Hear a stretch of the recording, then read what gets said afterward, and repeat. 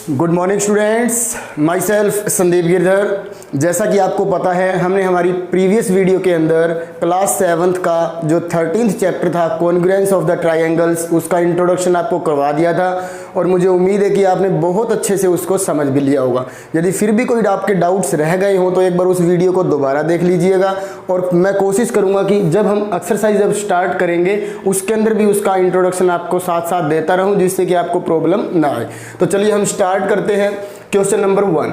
तो देखिए first question में हमें क्या करना है, स्टेट वेदर और not the following pairs of the triangles are congruent if they are given reason. तो देखिए आपको कुछ पेयर्स गिवन है ट्रायंगल्स के और उन ट्रायंगल्स में आपने ये बताना है कि क्या ये पेयर कॉन्ग्रुएंट हैं या नहीं है।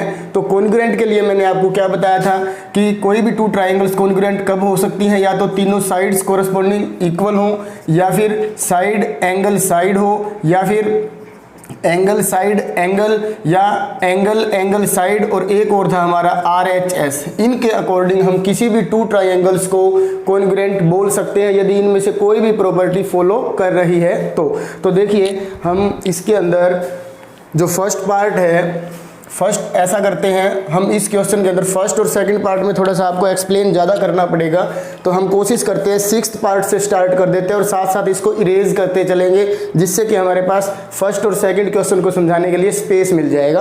तो देखिए सिक्स्थ पार्ट है हमारा। सिक्स्थ पार्ट में हमें ये ट्राइंगल गिवन है LMN और दूसरा इसमें देखिए AYZ। तो आपको ये बताना है कि क्या ये पेयर कॉन्ग्रुएंट है, यदि है तो कौन सा कॉन्ग्रुएंसी रूल इसके लिए हमने अप्लाई किया हुआ है। तो देखिए इसमें ये एक राइट एंगल है और इधर भी एक राइट एंगल है, तो इसका मतलब R तो हमारे पास आ गया, दोनों ट्रायंगल में राइट एंगल 90 डिग्री गिवन है। फिर राइट एंगल के सामने देखिए आप हाइपोटेन्यूज होती है, तो यहाँ पे ये 13 सेंटीमीटर है और इधर 90 डिग्री के अपोजिट देखिए हाइपोटेन्यूज है, तो ये 13 सेंटीमीटर है। किसी भी राइट एंगल ट्रायंगल में 90 डिग्री के जो अपोजिट साइड होती है वही ऑलवेज क्या होती है, हाइपोटेन्यूज। ये भी याद रख लेना। तो देखो ये 13 सेंटीमीटर है, ये भी 13 सेंटीमीटर है। फिर इसके बाद देखिए 90 डिग्री के जस्ट एडजेसेंट क्या है, 6 सेंटीमीटर। इधर भी देखिए क्या है, 6 सेंटीमीटर। तो हम क्या कह सकते हैं, yes both are congruent triangles by RHS। तो RHS से ये क्या है, कॉन्ग्रुएंट ट्रायंगल्स होंगे। अब देखिए इसके बाद इसका फिफ्थ पार्ट, इसमें देखिए यहाँ एंगल C जो है वो 130 गिवन है और इधर से एंगल P जो है वो क्या है, 130 गिवन है।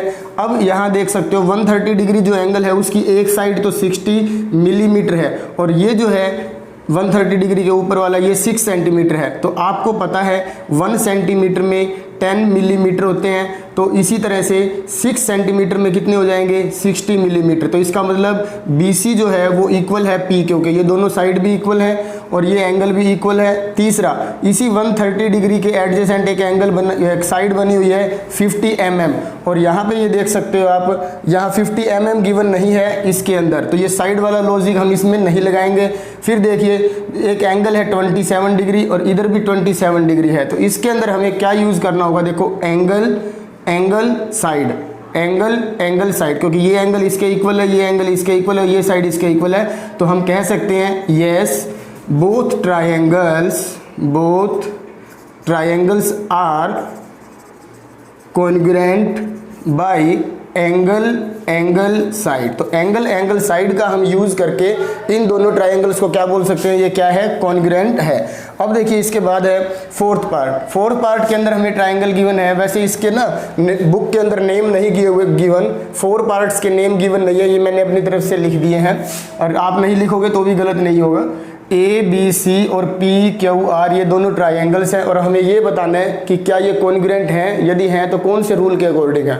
तो ये देखिए ये एंगल है 60 डिग्री और यहाँ पे ये एंगल है 60 डिग्री, ठीक है, आपने इनको फॉलो करना है। तो देखो 60 डिग्री के एक तरफ तो है 6.5 सेंटीमीटर, दूसरी तरफ है 8 सेंटीमीटर, कोई बात नहीं, ठीक है, और ये है 8 सेंटीमीटर, ये है 6.5 सेंटीमीटर को हम 65 सेंटीमीटर भी लिख सकते हैं, या फिर आप ऐसा करके देख सकते हो 6.5 है तो mm बनाने के लिए 10 से मल्टीप्लाई इसको करेंगे तो ये शायद mm है। पर एक बात और देखिए, यहाँ इन दोनों साइड्स के जो एंगल इंक्लूडेड एंगल है, पर यहाँ पर इन दोनों साइड्स के बीच में इंक्लूडेड एंगल नहीं है, तो इसलिए हम यहाँ क्या लिखेंगे, no both are not congruent. तो ये दोनों ट्रायंगल्स जो है ये कॉन्ग्रुएंट नहीं होंगे, ठीक है।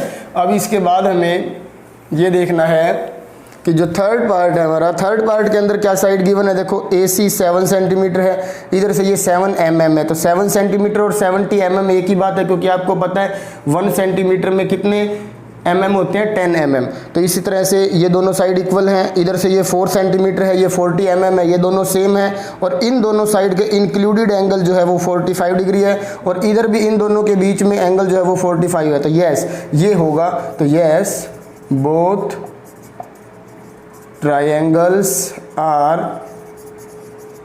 कॉन्ग्रुएंट बाई, कौन सी प्रॉपर्टी लगाएंगे इसमें, साइड एंगल साइड। तो देखो साइड एंगल साइड, इधर भी साइड एंगल साइड, तो SAS के अकॉर्डिंग ये क्या हो जाएंगी, कॉन्ग्रुएंट हो जाएंगी। अब देखिए इसके बाद है इसका सेकंड पार्ट। सेकंड पार्ट में हमें क्या गिवन है, AB 5.4 centimetre, AC 3.5 centimetre, BC 6.2 centimetre.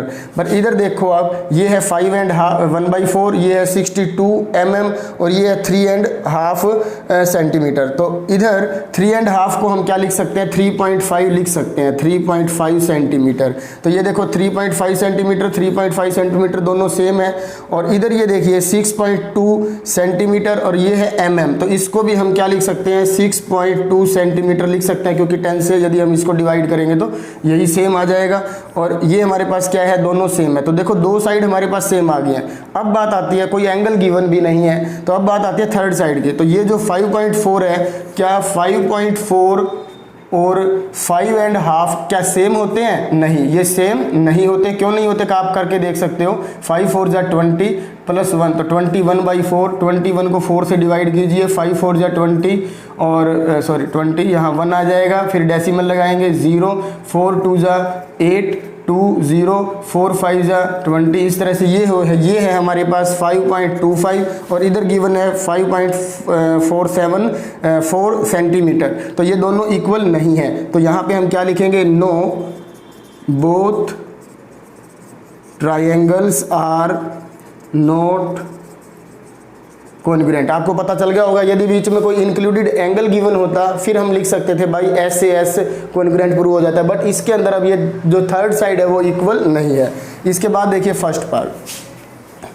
तो फर्स्ट पार्ट के लिए आपको यही देखना है, ये है 5 एंड 3/8 सेंटीमीटर, और इधर देखिए ये है 53.75 सेंटीमीटर। तो आपको ये देखना है कि क्या ये दोनों सेम है, तो इसको आप डेसिमल की फॉर्म में लिखोगे तो देखो ये 5 तो एज इट इज़ ही रख लो, 3 को 8 से डिवाइड कर लेते हैं। तो देखो 3 को 8 से जब डिवाइड करेंगे तो हमारे पास क्या आ जाएगा, यहाँ 5 एंड 3/8 है, इधर ये है हमारे पास 53.75 सेंटीमीटर दोनों ही हैं। तो इसको डिवाइड या तो ऐसे कर सकते हो, 8 5 जा 40 प्लस 3 43/8, या फिर ऐसे जो कर रहे थे हम वो भी ठीक था, दोनों ही मेथड ठीक हैं। तो 43 को 8 से डिवाइड करेंगे, 8 5 जा 43, फिर क्या लगाएंगे 0, इधर क्या लग जाएगा डेसिमल, तो 8 3 जा 24, 6,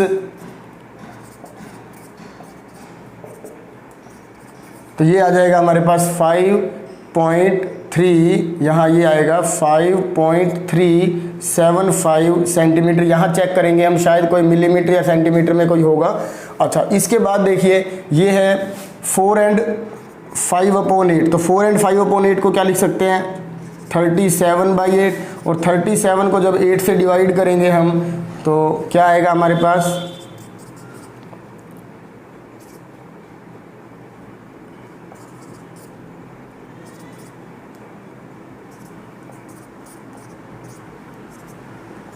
तो 4.625, तो यहाँ पे 46.25 है, तो इसमें भी mm का ही चक्कर लग रहा है मुझे, क्योंकि इसको भी हम लिख सकते हैं 4.625 सेंटीमीटर। और अब हमें क्या करके देखना है, 6 एंड 1/8 को करके देखिए, 49/8, तो 49 को 8 से डिवाइड करेंगे, 8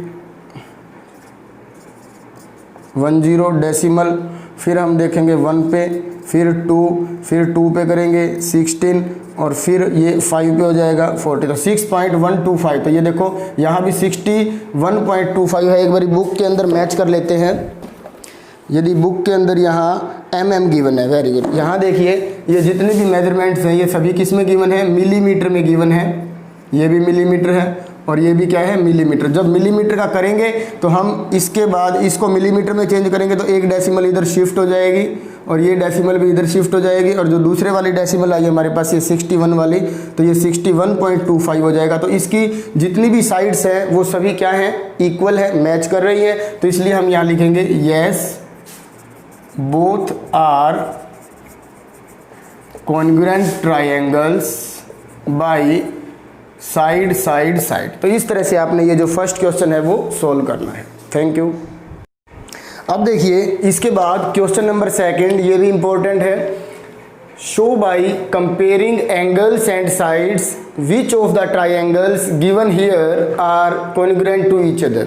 ये आपके पास कुछ पेयर गिवन है, कुछ ट्राइंगल्स गिवन है और आपको ये बताना है कि कौन कौन सी ट्राइंगल्स जो है वो एक दूसरे के साथ कॉन्ग्रुएंट हैं। हमें कंपेयर करना है एंगल्स को और साइड्स को। तो आपको वो पता ही है रूल, या तो SSS होगा या SAS, या फिर एंगल साइड एंगल, या फिर एंगल एंगल साइड, या फिर RHS। इन पांचों का ही यूज करके हमें बताना है कि कौन सी ट्राइंगल किसके कॉन्ग्रुएंट है। तो हम सबसे पहले स्टार्ट कर लेते हैं। देखो एक काम और करना है, आपके पास ये 2 एंगल्स तो गिवन है किसी भी ट्राइंगल में। जब 2 एंगल्स गिवन हो तो थर्ड एंगल हम एंगल सम प्रॉपर्टी से फाइंड कर सकते हैं। तो आप ये अपने माइंड में ही करो। देखो 70 + 30 कितना हो जाएगा, 100, और 180 में से 100 को जब माइनस कर देंगे तो ये एंगल जो है हमारा कितना आ जाएगा, 80 डिग्री। इसी तरह से 80 + 30 110, 110 + 70 क्या हो जाएगा, ये 180। इसी तरह से 80 + 30 और ये भी क्या हो जाएगा, 70 डिग्री। अब तीनों एंगल हमारे पास आ चुके हैं। अब आपको ये देखना है कि कौन सी ट्राइंगल किसके कॉन्ग्रुएंट है। तो देखो ट्राइंगल ABC किस ट्राइंगल के कॉन्ग्रुएंट है, तो उसके लिए आप देखिए ये 70, या एक काम भी आप कर सकते हो, ये साइड देख लो, ये 2 सेंटीमीटर है तो इसके ऊपर एक एंगल बना हुआ है 30 डिग्री और दूसरा एंगल है 80 डिग्री। तो 2 सेंटीमीटर के ऊपर देखो 30, 80, 70, 70 ये बिल्कुल एक दूसरे को मैच कर रहे हैं। इधर देख सकते हो आप 2 सेंटीमीटर के ऊपर एक तरफ तो 30 सेंटीमीटर है, दूसरी तरफ 70 है, तो ये इसके ऊपर मैच नहीं होगा। तो इसलिए हम यहाँ पे क्या लिख सकते हैं, ट्राइंगल ABC इज कॉन्ग्रुएंट। ये आपको पता ही है ये सिंबल किस चीज का है, कॉन्ग्रुएंट का। तो ये ट्राइंगल ABC किसके कॉन्ग्रुएंट होएगी, DEF के। तो देखो 70 डिग्री के ऊपर A है तो यहाँ 70 के ऊपर D है। तो आपको ये सारी चीजें ध्यान रखनी है। A के बाद हम कहाँ चले, B की तरफ, 30 डिग्री एंगल की तरफ। तो D से भी हम कहाँ चलेंगे, E की तरफ। तो D, E और F। तो ये हमारा फर्स्ट पार्ट का जो है आंसर होगा। ये दोनों ट्राइंगल कॉन्ग्रुएंट होंगी, ये थर्ड वाली कॉन्ग्रुएंट नहीं होगी। अब आप देखिए इसके अंदर बी पार्ट में भी हमारे पास यही लॉजिक हम लगा सकते हैं। पहले हम जो थर्ड एंगल है उसकी वैल्यू फाइंड कर लेते हैं। थर्ड एंगल की वैल्यू फाइंड होने के बाद फिर हम कंपैरिजन करेंगे। तो देखो 75 प्लस में 45 दोनों को अपने माइंड में ऐड कर लो, 120 आएगा, और 120 में 60 ऐड कर देंगे तो ये क्या हो जाएगा, 180। तो इसी तरह यहाँ पर 60 45 है तो 75 डिग्री होगा, यहाँ 60 45 है तो 75 डिग्री, और इधर भी क्या हो जाएगा हमारा 75 डिग्री। अब हमारे पास तीनों एंगल्स आ गए हैं और एक साइड 4 सेंटीमीटर चारों में गिवन है। तो अब आपको ये देखना है कि कौन कौन से पेयर हैं जो कॉन्ग्रुएंट है। एक भी हो सकता है, दो भी हो सकता है। तो देखो ट्राइंगल SBD, तो S कहाँ पर है, 75 है S के नीचे, तो S 75 के बाद हम गए 60 डिग्री के ऊपर। तो यहाँ देखो आप 75, ये देखो ये रहा 75 डिग्री, उसके बाद हम गए हैं 60 डिग्री पे, 60 डिग्री के बाद हम आए हैं 45 पे, और 45 के बाद देखो ये 4 सेंटीमीटर। तो इसका मतलब ये जो दोनों पेयर आपको दिखाई दे रहे हैं, एक तो ट्राइंगल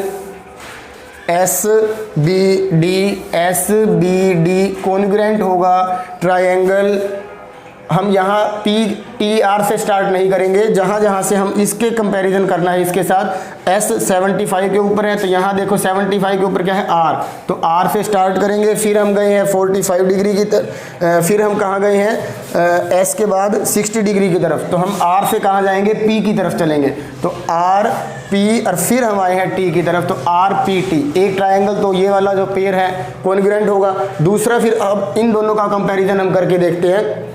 यहाँ है COG, तो ट्रायंगल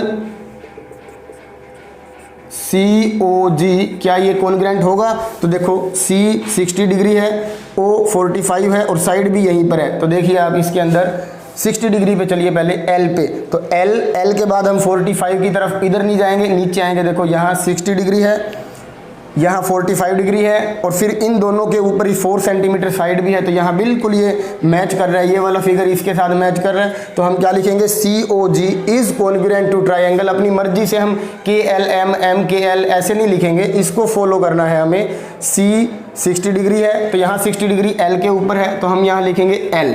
फिर 60 डिग्री से कहाँ आए हम?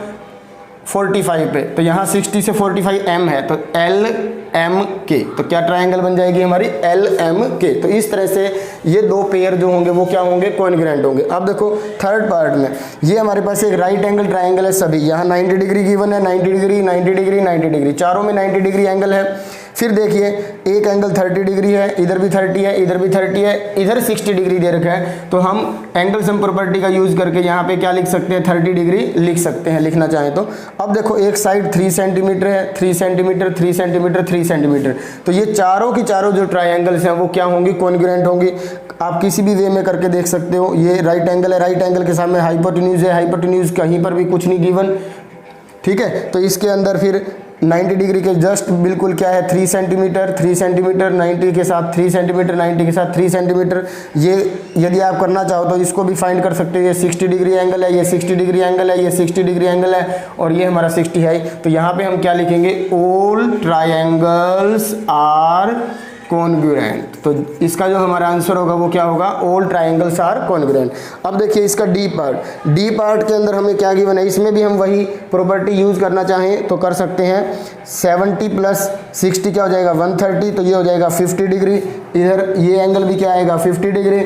यहाँ पे ये एंगल भी क्या होगा? 50 डिग्री और यहाँ पे ये एंगल क्या हो जाएगा? 70 डिग्री। अब आप पेयर बना के देखिए, तो CDE ट्रायंगल, देखो C 60 डिग्री है, D 50 है, तो 60 50, देखो ध्यान से देखो, 60 पे हम, फिर हम गए 50 पर, 50 के बाद 70 पर और 70 के बाद आपको जो साइड दिखाई दे रही है 5 सेंटीमीटर है, ये बिल्कुल ठीक है। CDE triangle CDE is congruent to triangle. C कहाँ है? ऊपर, मतलब 60 के ऊपर, तो यहाँ 60 के ऊपर कौन है? हम B से स्टार्ट नहीं करेंगे, ये मत देखना ऊपर C है तो यहाँ B से स्टार्ट करें, हमें इनका कंपैरिजन करना है एंगल्स का। तो देखो 60 डिग्री C के है, यहाँ 60 डिग्री क्या ऊपर है, तो यहाँ क्यों लिखेंगे। फिर 60 डिग्री से हम कहाँ गए हैं? 50 डिग्री की तरफ, तो 50 डिग्री कहाँ है? 60 के बाद S के साथ, तो यहाँ QS और फिर S के बाद B लग जाएगा, तो QSB। तो ये ट्रायंगल जो है ये क्या होगी? कॉन्ग्रुएंट। इसके बाद यदि आपको इन दोनों को भी देखना है तो देख सकते हो, यहाँ 5 सेंटीमीटर के ऊपर 60-50 डिग्री एंगल बने हैं और यहाँ पर देखिए 5 सेंटीमीटर के ऊपर क्या है? 60 और 50 है, पर इनके बीच में एक डिफरेंस आप देख सकते हो, क्या है? R हमारा 60 है, 60 50 70 और इधर से 60 50 और 70, तो इसको भी आप ट्रायंगल में शो कर सकते हो। ROM is congruent to triangle, यहाँ से देखो 60 50 60 50, ठीक है। तो यहाँ ऐसे करेंगे RMO is congruent to triangle NPT। तो इस तरह से इसका भी हम पेयर बनाना चाहें तो बना सकते हैं। तो अब देखिए इसके बाद क्वेश्चन नंबर 3। अब देखिए इसके बाद हमारा जो क्वेश्चन नंबर 3 है, in the following figure state the condition you would use to show that triangle ABC is and triangle CDE are congruent। मतलब ये दोनों ट्रायंगल कॉन्ग्रुएंट है और आपको ये बताना है कि कौन से रूल के या कौन सी कंडीशन के अकॉर्डिंग ये दोनों ट्रायंगल कॉन्ग्रुएंट हैं। तो देखिए triangle ABC is congruent to triangle CDE by, आपको ये बताना है कौन सा रूल लगा है। तो आप यहाँ देख सकते हो, यहाँ AC इक्वल है CE के, ये वाली साइड इक्वल है इस साइड के, और ये जो B से C तक का डिस्टेंस है वो इक्वल है CD के, ये डिस्टेंस इक्वल है। तो दो साइड हमारे पास इक्वल हो चुकी हैं। थर्ड हमारे पास देखो, अब दोबारा से बताता हूँ आपको, SAS SAS angle, side angle, angle, angle side और RHS, इन पांचों का हमें यूज करना है। तो देखो इसमें से कौन सा लग रहा है, इसमें तीनों साइड, तो देखो ये साइड इसके इक्वल है, ये साइड इसके इक्वल है, पर हमें इस क्वेश्चन के अंदर AB और DE के बारे में ये नहीं बता रखा कि ये दोनों इक्वल हैं या नहीं, तो इसलिए हम SSS का यूज नहीं कर सकते। फिर हम बात करते हैं साइड एंगल साइड की। तो इसमें देखो टू साइड्स हैं, तो इसमें ये साइड इसके इक्वल है, ये साइड इसका, टू साइड्स तो हमारे पास इक्वल है, बट एक एंगल जो इंक्लूडेड एंगल है, इन दोनों के बीच का जो इंक्लूडेड एंगल है, ये वाला एंगल, ये हमें इक्वल गिवन नहीं है, बट हम ये जानते हैं कि जब भी कोई टू लाइंस इंटरसेक्ट करती हैं तो उसके जो वर्टिकली अपोजिट एंगल हैं वो ऑलवेज क्या होते हैं, इक्वल होते हैं। तो इसलिए ये एंगल 1 जो है ये एंगल 2 के क्या होगा, इक्वल होगा बाय वर्टिकली अपोजिट एंगल। तो हम इसके अंदर ये वाला रूल अप्लाई कर सकते हैं बाय SAS। तो SAS के अकॉर्डिंग ट्राइंगल ABC जो है वो कॉन्ग्रुएंट होगी ट्राइंगल CDE के। अब एक बात और देखते हैं, एंगल ASA, तो इसमें टू एंगल इक्वल होने चाहिए, तो इसमें टू एंगल इक्वल नहीं है तो हम ये भी यूज नहीं कर सकते। इसमें भी टू एंगल होने चाहिए, पहले एंगल एंगल और फिर साइड, तो ये भी नहीं है। RHS के अंदर क्या होना चाहिए, राइट एंगल होना चाहिए, पर यहाँ पर ये शो नहीं कर रखा कि ये राइट एंगल है। जब तक कहा ना जाए तब तक आपने खुद नहीं समझना है कि ये राइट एंगल है। आप ये मत समझना कि ये स्ट्रेट है तो ये राइट एंगल ही होगा। यदि राइट एंगल होगा तो वो यहाँ पे सिंबल जरूर देगा एग्जामिनर, ठीक है। तो RHS का भी हम यूज नहीं कर सकते। तो इसमें कौन सी ट्राइंगल का कौन सी कंडीशन का यूज करेंगे हम, SAS। तो बेटा आपको फर्स्ट 3 क्वेश्चंस ही मैं इस वीडियो के अंदर करवाऊंगा, क्योंकि हमारा मेन मकसद है आपको समझाना, ना कि हमारा काम कंप्लीट करना। काम कंप्लीट होता रहेगा, पर आपको समझ में कितना आ रहा है आप चाहे थोड़ा थोड़ा करके समझ लीजिए, पर उसको अच्छे से समझिए। जो बाकी के क्वेश्चंस हैं उसको भी मैं 2 वीडियोस में ही डिवाइड कर दूंगा, 4 या 5 क्वेश्चन ही नेक्स्ट वीडियो में करवा देंगे, जिससे कि आपको ईजिली डे बाय डे समझ में आता रहे। Thank you.